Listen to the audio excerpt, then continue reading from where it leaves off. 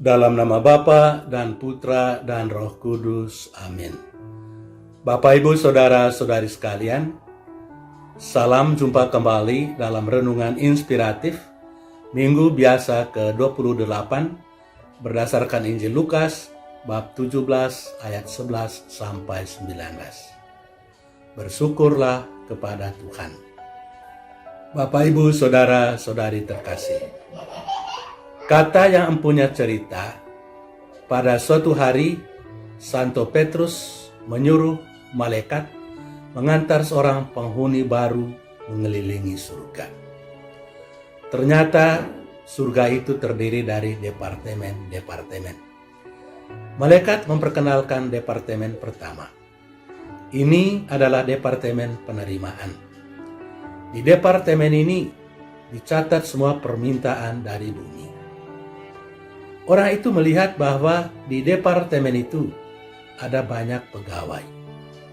Orang itu bisa mengerti mengapa departemen itu sibuk sekali, karena pasti ada banyak permintaan untuk berbagai kepentingan. Kemudian mereka berjalan terus dan tiba pada departemen kedua. Orang itu bertanya, "Departemen apakah ini?" Malaikat itu menjawab, "Ini adalah departemen pengiriman. Pada departemen ini, segala permintaan dari bumi dikabulkan dan dikirim ke bumi." Orang itu melihat bahwa departemen itu juga sibuk dan penuh dengan pegawai, karena pasti ada banyak permintaan yang dikabulkan dan dikirim ke bumi. Kini mereka tiba di sebuah departemen yang lain lagi. "Departemen apakah ini?" Malaikat itu menjawab, "Ini adalah departemen penerimaan laporan dari bumi. Di departemen ini, para petugas mencatat laporan dari bumi yang telah menerima bantuan dari surga." Tapi orang itu melihat bahwa departemen itu sepi sekali.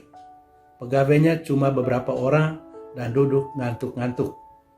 Lalu ia bertanya kepada malaikat itu, mengapa pegawainya cuma sedikit dan malah tidak memiliki sesuatu untuk dikerjakan?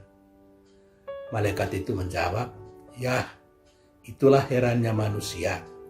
Mereka rajin meminta, tetapi ketika permintaan mereka dikabulkan, cuma sedikit orang yang melaporkan bahwa permintaan mereka telah dikabulkan. Mereka hanya meminta, tetapi tidak tahu berterima kasih." Bapak, Ibu, Saudara-saudari terkasih, ungkapan senada disampaikan oleh Yesus dalam Injil hari ini. Ada 10 orang kusta yang meminta kepada Yesus supaya disembuhkan. Pada masa itu, para penderita kusta tidak cuma mengalami penderitaan secara fisik, tetapi juga psikis, karena mereka dikucilkan dari masyarakat dan tinggal di luar perkampungan. Setiap kali orang lewat, mereka harus berteriak, "Kusta, kusta," agar orang tidak boleh mendekati mereka dan terjangkit oleh penyakit mereka. Dengan sikap penuh belas kasihan, Yesus mendekati orang-orang kusta itu dan menyembuhkan mereka. Ada beberapa hal yang patut dicatat. Pertama, ada 10 orang kusta yang terdiri dari 9 orang Yahudi dan seorang Samaria. Kedua, hanya 1 orang yang kembali untuk bersyukur, dan orang itu adalah orang Samaria. Ketiga, di manakah yang 9 orang lainnya? Tidak ada kisah lain di dalam Injil yang menunjukkan perasaan tidak tahu syukur seperti yang ditunjukkan oleh ke-9 orang itu.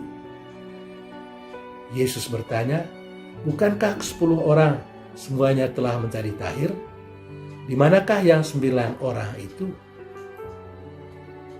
Tidak adakah di antara mereka yang kembali bersyukur untuk memuliakan Allah selain daripada orang asing ini?" Orang Samaria yang dianggap asing, orang luar, dan barangkali dianggap sebagai orang kafir atau jauh dari Allah oleh orang Yahudi, tetapi justru dialah yang mempunyai kesadaran yang mendalam akan karya Allah di dalam hidupnya.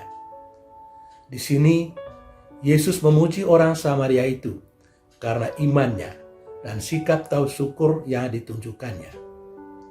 Sekarang, Yesus menyuruh orang itu untuk pergi dan tidak perlu menghadap siapapun karena imannya telah menyelamatkannya. Saudara-saudari terkasih, dalam kehidupan modern ini, mengucapkan syukur kepada Tuhan semakin lama semakin sulit. Pada masa ini, banyak orang berkeyakinan bahwa segala sesuatu dapat dilakukan tanpa campur tangan Tuhan. Segala keberhasilan di dalam hidup dianggap sebagai hasil usaha sendiri tanpa keterlibatan Allah. Tetapi di tengah arus deras kepercayaan itu, kita diajak untuk senantiasa bersyukur kepada Tuhan, Sang Penyelenggara Ilahi. Kita percaya bahwa hidup kita, rezeki kita, kesehatan kita, keberhasilan kita adalah anugerah yang cuma-cuma dari Allah. Berkaitan dengan itu, baiklah kita selalu ingat hal ini. Tanpa Tuhan, kita bukanlah apa-apa, dan tanpa Dia, kita tidak bisa berbuat apa-apa. Karena itu, kita hendaknya selalu bersyukur kepada Tuhan sebagai penjamin kehidupan kita. Tuhan memberkati kita. Amin. Dalam nama Bapa dan Putra dan Roh Kudus. Amin.